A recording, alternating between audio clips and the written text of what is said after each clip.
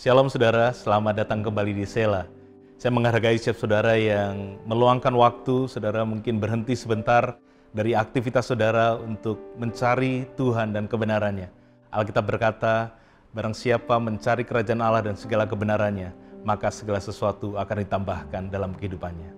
Mari kita memulai Sela kita pada hari ini di dalam doa. Tuhan, kami bersyukur untuk waktu ini kami boleh kembali datang menghadap Engkau, untuk menyembah, untuk mendengarkan apa yang Kau mau berbicara bagi setiap kami. Kami mau mengatakan Tuhan, kalau sumber kekuatan kami, dan kami mau terus mengandalkan Engkau dalam setiap area kehidupan kami. Berkati setiap kami Tuhan, selama kami mengikuti Sela pada hari ini. Di dalam nama Yesus kami berdoa. Amin.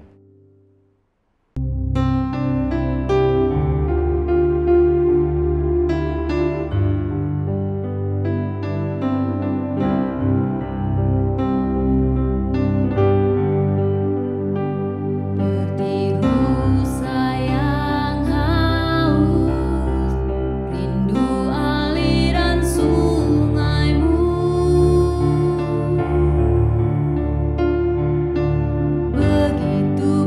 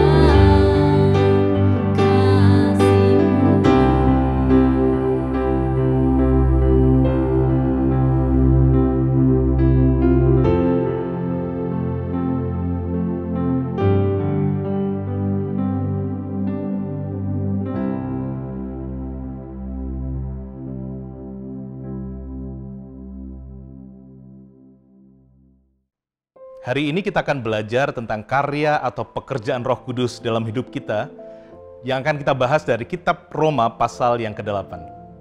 Roh Kudus adalah salah satu pribadi dari Allah Tritunggal yang barangkali paling kurang dikenal, kurang populer, dan kurang dimengerti oleh banyak orang percaya.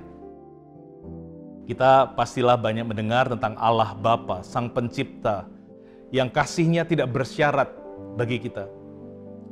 Kita juga sering mendengar tentang Tuhan Yesus Kristus yang rela mati untuk menebus dosa kita dan melalui Dia kita beroleh kehidupan yang kekal. Namun, siapakah Roh Kudus dan apa yang dilakukannya sering kurang terlalu dibahas. Siapa sebenarnya pribadi Roh Kudus itu? Tuhan Yesus secara jelas mengatakan di Yohanes 14 bahwa murid-muridnya tidak akan ditinggalkan sebagai yatim piatu setelah Dia nanti naik ke surga. Yesus meminta kepada Bapa dan Bapa akan mengirimkan Roh Kudus yang adalah roh kebenaran untuk menyertai murid-muridnya. Mari saudara kita membaca Yohanes 14 ayat 16 sampai dengan 18. Demikian firman Tuhan. Aku akan minta kepada Bapa dan Ia akan memberikan kepadamu seorang penolong yang lain, supaya Ia menyertai kamu selama-lamanya, yaitu Roh kebenaran. Dunia tidak dapat menerima Dia sebab dunia tidak melihat Dia dan tidak mengenal Dia. Tetapi kamu mengenal Dia sebab Ia menyertai kamu dan akan diam di dalam kamu. Aku tidak akan meninggalkan kamu sebagai yatim piatu. Aku datang kembali kepadamu. Saudara, mari kita juga membaca Yohanes 14 ayat 25 sampai dengan ayat yang ke-26. Di sana dikatakan demikian, semuanya itu kukatakan kepadamu selagi aku berada bersama-sama dengan kamu. Tetapi penghibur, yaitu Roh Kudus, yang akan diutus oleh Bapa dalam namaku, Dialah yang akan mengajarkan segala sesuatu kepadamu dan akan mengingatkan kamu akan semua yang telah kukatakan kepadamu. Jadi saudara, Roh Kudus sebenarnya adalah pribadi Allah yang sangat aktif, terlibat dalam kehidupan kita sehari-hari. Di dalam prakteknya, sering kita mencampur adukkan antara peran Bapa, peran Anak, dan peran Roh Kudus. Tidak ada yang salah dengan itu, karena ketiganya juga adalah satu. Allah pastilah mengerti kekurang mengertian kita dan tidak akan marah jika maksud kita Roh Kudus, tapi yang kita sebut adalah Yesus atau Bapa atau sebaliknya.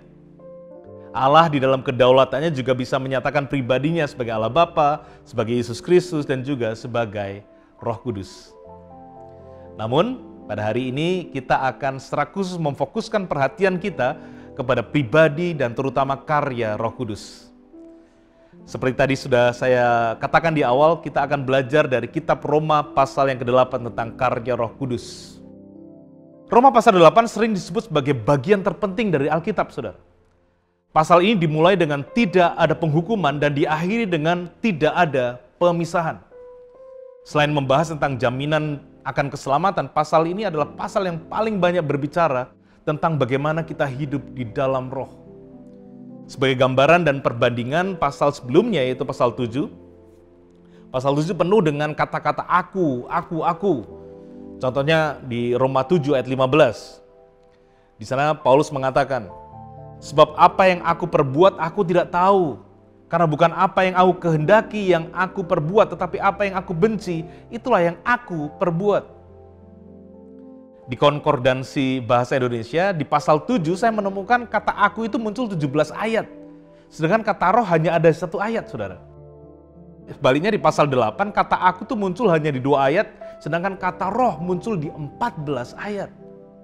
Jadi pasal 8 ini adalah jawaban atau solusi dari pergumulan Paulus di pasal 7. Pergumulan hidup ini tidak akan pernah ada habisnya, betul saudara ya? Karenanya kita perlu memiliki ketergantungan yang sepenuhnya kepada pribadi Roh Kudus. Apa saja karya Roh Kudus atau yang dikerjakan Roh Kudus dalam hidup kita dari Roma 8 ini?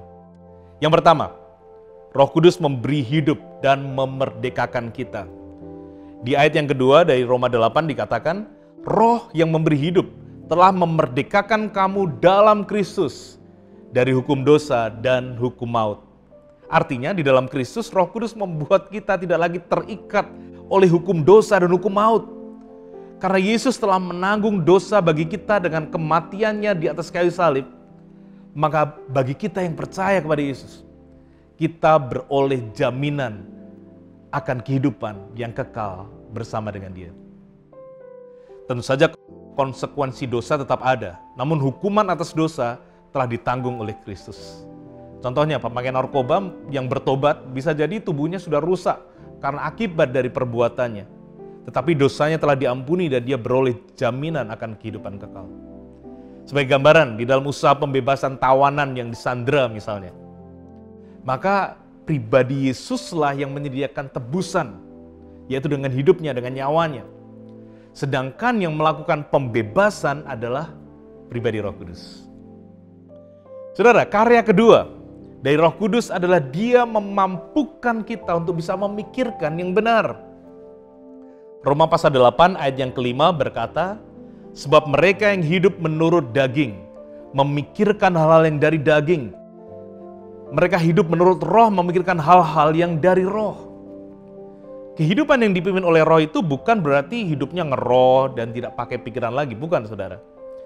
Yang Tuhan maksud di sini adalah pikiran kita tidak melulu memikirkan hal jasmani dan duniawi, namun juga memikirkan hal-hal yang dari roh. Memikirkan hal yang dari roh itu berarti kita memikirkan apa yang benar menurut Tuhan. Karena Roh Kudus adalah roh kebenaran. Filipi 4 ayat 8 berkata, jadi akhirnya saudara-saudara, semua yang benar, semua yang mulia, semua yang adil, semua yang suci, semua yang manis, semua yang sedap didengar, semua yang disebut kebajikan dan patut dipuji, pikirkanlah semuanya itu. Kita semua memiliki pemikiran-pemikiran yang salah, saudara ya, sebelum kita kenal Tuhan. Contohnya, saya ini tipikal orang Jawa yang nggak ambisius, nggak pingin banyak hal. Santai saja, biasa saja. Bagi saya hidup ini asal cukup, walaupun sederhana itu sudah cukup. Namun, pemikiran seperti itu adalah pemikiran yang tidak sesuai dengan pikiran Kristus atau kebenaran Kristus. Karena bagaimana mungkin saya bisa menjadi berkat bagi banyak orang jika yang saya punyai hanya cukup bagi diri saya sendiri. Karena itu dengan kuasa Roh Kudus pikiran saya diubahkan untuk memikirkan hal-hal yang dari roh, yang dari Tuhan. Yaitu bahwa saya mempercayai saya diberkati dan dilimpahi supaya saya bisa menjadi berkat bagi banyak orang. Karya Roh Kudus yang ketiga, saudara. Roh Kudus memampukan kita untuk mengalahkan kedagingan. Roma 8 ayat 13 berkata, sebab jika kamu hidup menurut daging, kamu akan mati. Tetapi jika oleh roh kamu mematikan perbuatan-perbuatan tubuhmu, kamu akan hidup. Saudara, selama kita masih hidup dalam tubuh jasmani yang berdosa ini, kita masih akan terus bergumul dengan perbuatan daging. Dengan usaha dan kekuatan kita sendiri, kita pasti akan kalah dan menyerah kepada keinginan daging kita ini. Karena itulah kita perlu kuasa dan karya Roh Kudus. Kita tidak mungkin hanya mengandalkan perbuatan daging tanpa Roh Kudus. Dan Roh Kudus itulah, tetapi Roh Kudus karena Dia adalah Allah yang lemah lembut, Dia tidak akan melakukannya tanpa kesediaan kita, saudara. Dia tidak akan pernah memaksa kita, namun jika kita bersedia maka Roh Kudus dan kuasanya selalu tersedia bagi kita. Karya yang keempat, Roh Kudus memimpin hidup kita. Ayat selanjutnya, ayat 14, dikatakan di sana, semua orang yang dipimpin Roh Allah adalah anak Allah. Kitalah saudara yang dipimpin Roh Allah, bukan sebaliknya. Jalannya mungkin tidak selalu nyaman, namun sepanjang kita tahu Roh Allah yang menuntun, kita pasti berada di jalan yang benar. Yohanes 16 ayat 13 dikatakan di sana, tetapi apabila Ia datang, yaitu Roh kebenaran, Ia akan memimpin kamu ke dalam seluruh kebenaran. Saudara, ada sebuah kisah yang menarik sewaktu terjadi serangan teroris di mana pesawat komersial ditabrakkan ke menara kembar World Trade Center di Amerika tanggal 11 September 2001. Waktu itu ada 7 orang pemadam kebakaran yang sedang berusaha mengevakuasi seorang wanita lansia dari salah satu tower yang telah terbakar. Karena usianya sudah lanjut, lansia ini sudah lanjut, para pemadam kebakaran sangat berhati-hati perlahan-lahan menuruni tangga demi tangga. Akhirnya wanita lansia itu tidak tahan, kecapean dan minta berhenti untuk istirahat sebentar di lantai 4. Dia tidak bisa melanjutkan turun tangga dan para pemadam kebakaran tersebut mau tidak mau tetap tinggal di sana bersama dengan dia. Dan tiba-tiba gedung mulai runtuh. Saat debu dan asap mulai menghilang, mereka menyadari bahwa bangunan di atas dan di bawah mereka lah yang terkena kehancuran. Tempat mereka berhenti adalah satu-satunya tempat ruangan yang terlindung dari runtuhan. Singkat cerita, mereka semua kemudian selamat.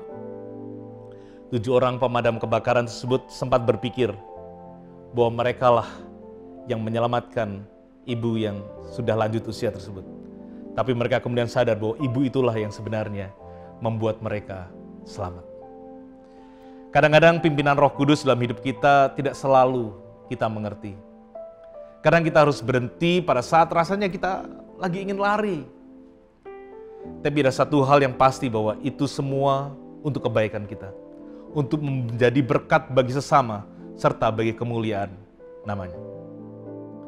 Karya yang kelima atau yang terakhir adalah Roh Kudus membantu kita saat kita lemah. Roma 8 ayat 26 berkata, demikian juga Roh membantu kita dalam kelemahan kita. Sebab kita tidak tahu bagaimana sebenarnya harus berdoa.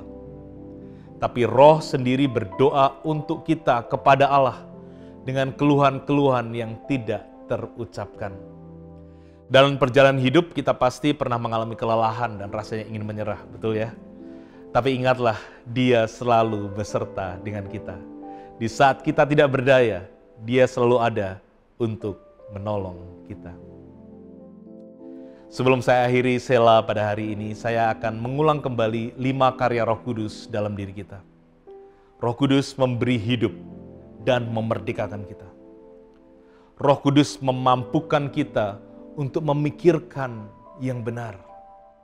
Roh Kudus memampukan kita untuk mengalahkan kedagingan. Roh Kudus memimpin hidup kita dan kemudian Roh Kudus membantu kita saat kita lemah. Jika ada di antara saudara pada hari ini sedang frustrasi dengan diri saudara sendiri, karena mungkin saudara telah melakukan sesuatu yang saudara benci dan sepertinya saudara tidak berdaya menghadapinya. Saya percaya firman ini untuk saudara. Pesan Tuhan bagi saudara adalah jangan menyerah dengan pergumulan saudara dengan dosa atau kelemahan saudara. Jangan menyerah saudara. Tuhan tidak pernah menyerah dengan saudara. Dia tetap mengasihi dan menerima saudara. Dan yang kedua, izinkan Roh Kudus untuk berkarya memimpin dan membebaskan hidup saudara. Berhenti mengandalkan kekuatan saudara sendiri dan mulai mempercayai kekuatannya untuk mengubah hidup saudara. Mari kita berdoa.